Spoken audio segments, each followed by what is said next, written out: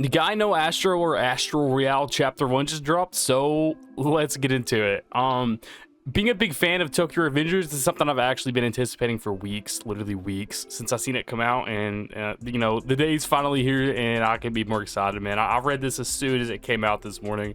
I'm waiting on it, so let's talk about it. The chapter started with our main character Hibaru collecting money from his grandpa, and with this page we're introduced to more things like the concept of his family and that he's the only legitimate son within it, and that's pretty cool. We're also gonna look at his best friend, Terasu or Terasu, either, I don't know. One detail I do want to point out though in this is that I really love his little choice here to wear something that resembles his dad, his father, and you know how he used to be, rather than like the traditional black suit funeral attire, which is where they're going later in this chapter. I think it sets up a pretty good theme with how Hibaru's goal is and how he doesn't want how things used to be and his father to be forgotten. It's a nice theme, you know, given how the organization turned into like less shady activity and more business. We see more of that later in the chapter, by the way. And next, we start meeting a few of the other brothers at the funeral. Ko, the 11th adopted son, he doesn't really seem to be too fond of Hibaru, and he's pushing for Shio to be the next successor of the family, which it's going to be announced at the funeral who's going to like take over and be the next big boss. And you know, it's a big family, bro. You have the Hibaru, who's like the legitimate one, and you have like 12 other adopted ones, so that's pretty crazy.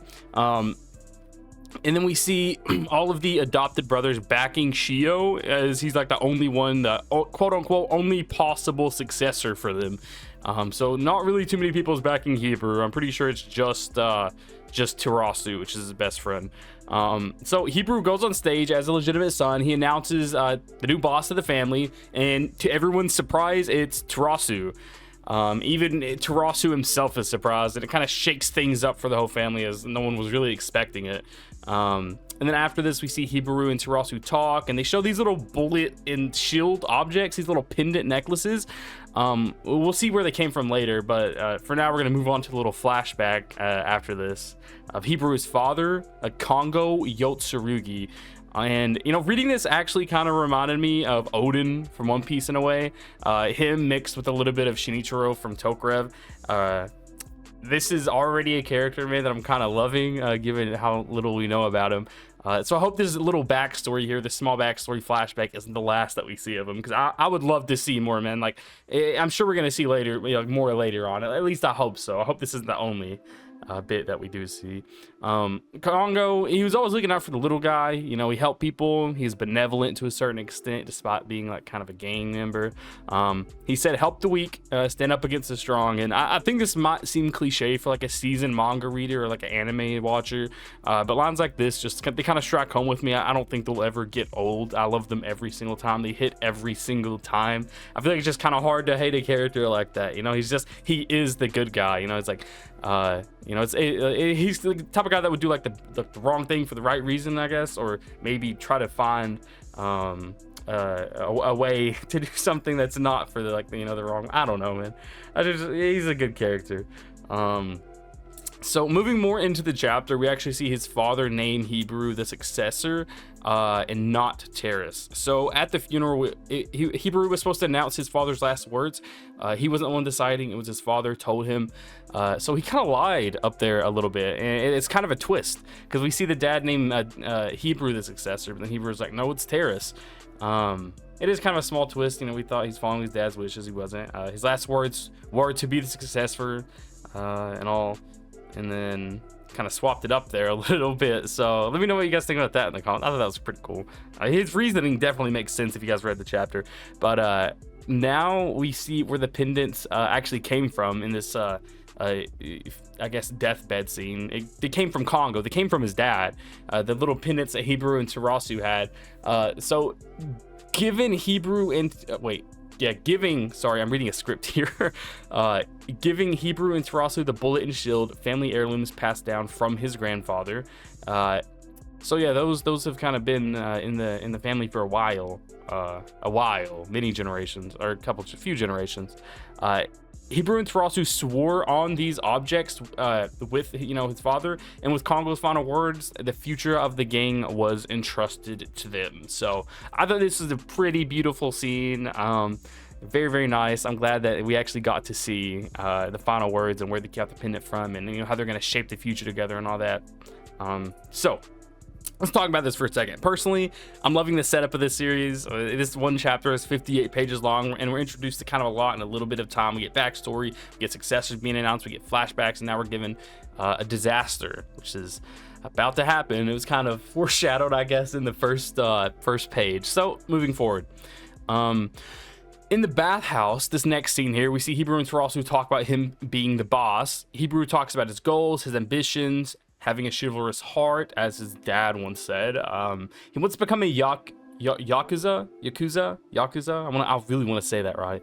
I think that's pretty badass, given everything we know right now. He's kind of almost rejecting like the modernness of the business, and kind of clutching to the past of the ways that his father was and the gang, despite no one really accepting that except for Tirasu.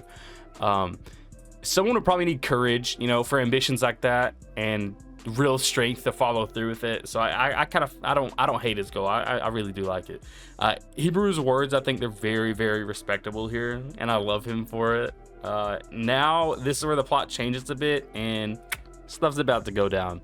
So as we see in the first page chapter, we see asteroids are going to come down. There's going to be asteroids in the sky or shooting stars. You hold an object, you make a wish, the wish will come true.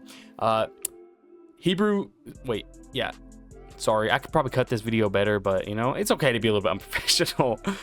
Hebrew wishes to become the strongest Yakuza ever, to protect Tarasu and support the family. That's his wish. Then boom, a building falls on Tarasu. The next scene, when Hebrew is in like some space world thing, I put a picture here on the screen with a voice talking over him. It's kind of off the rails, for your average delinquent manga. It says, "You shall be gifted the power you seek. The pendant of yours has connected to the stars to give you the power to grant your wish. Astro."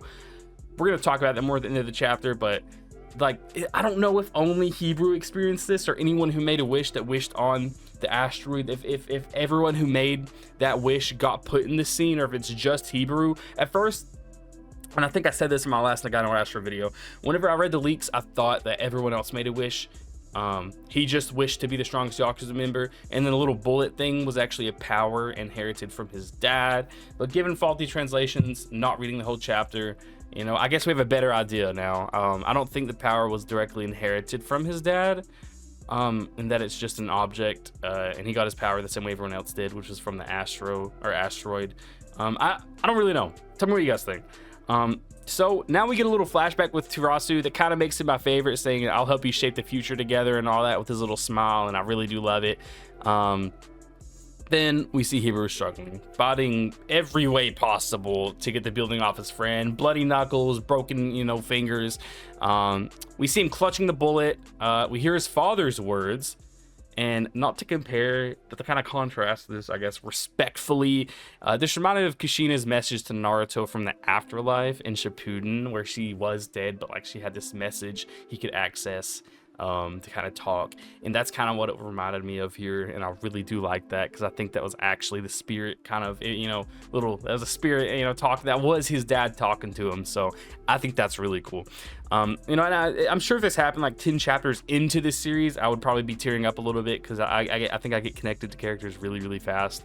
But still a good scene for chapter 1, bro. Absolutely love it.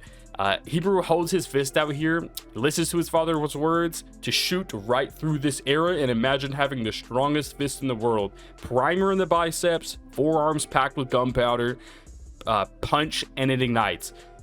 Hebrew has exploding fists, bro. That's too damn cool. It's kind of a basic power, but damn. Basically, if you want to kind of, he has Black Flash from JJK. Hebrew punches the building off of Tarasu here, saving him. Now, that's all I'm going to talk about. I was kind of going through beginning to end of the chapter. Now let's talk a little bit. I think this is where things kind of start to become open to interpretation, man, because the way these people get these powers, how many have them, and all that, it's very out there. You know, there's not really a whole lot of confirmation, and I have too many questions. You know, at the end, we start to see people gain powers, and it's kind of reminding me of MHA quirks in a way, because they were normal, now they're not. We see fire bending, we see stretch powers like the gum fruit, we see super strength, flashlight eyes, invisibility, and some others that you can't really, you know, tell. Some others that aren't really that obvious, like the 3 in the bottom left of that last page, bro. What exactly are those abilities? How many people on Earth gain power? How does the power even work? You know, due to Hebrews spacing, I feel as if the power is like linked to the object they held and, you know, that they wished upon. I think we could theorize if the object is like lost or broken, so is the power, or maybe not. Maybe that's not right. Who knows? We're only one chapter in, so there's a lot to deduct and not a lot to confirm. And I think given Kenroku's easy on the eyes art, plus his genius writing, we know that he's capable of, plus a flashy power system. Like I said in the last video, Negai no Astro Royale has a great formula set up for a successful series in Weekly Shonen Jump, and I couldn't be more excited, man. Especially, I love Shonen, love Kenroku, love Tokyo Revengers, so this is like a dream come true for me, bro. I hope the writing stays good, because it's good right now, and I'm sure it'll only get better. So feel free to comment below and discuss. I'll be joining you guys in theories down there. Anything you want to like discuss, any questions, things you think might happen or might not, anything really.